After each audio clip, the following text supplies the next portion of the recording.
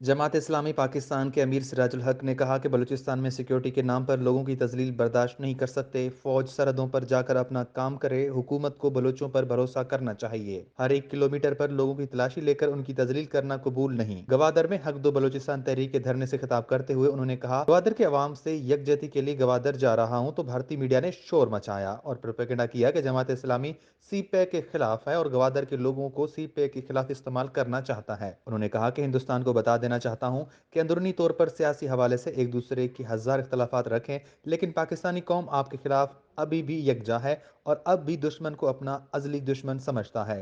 उन्होंने कहा कि भारत एक जालिम और काबिज मुल्क है जो हजारों कश्मीरियों का कातिल है और हम खित्ते में भारतीय चौधराहट को हरगिज कबूल नहीं करेंगे।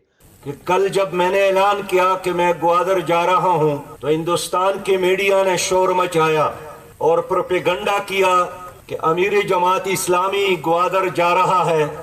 ग्वादर के लोग सीपेक मंसूबे के खिलाफ है।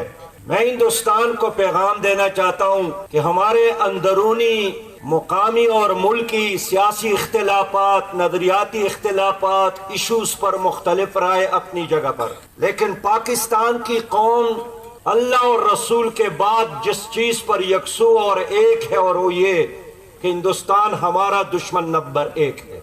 उन्होंने कहा कि तहरीक कायद मौलाना हिदायतुर रहमान ने हर जगह बलूचिस्तान की नुमाइंदगी की। करप्ट क़यादत और करप्शन की वजह से बलूचिस्तान के लोग भूखे प्यासे और गुर्बत का शिकार हैं। उन्होंने कहा कि बलोच मांगने वाले नहीं हैं। अल्लाह पाक ने बलोचों को समंदर का तोहफा दिया है, लेकिन माहीगीरों से उसके रोजगार को छीन लिया गया। लोगों के साथ जुल्म हो रहा है।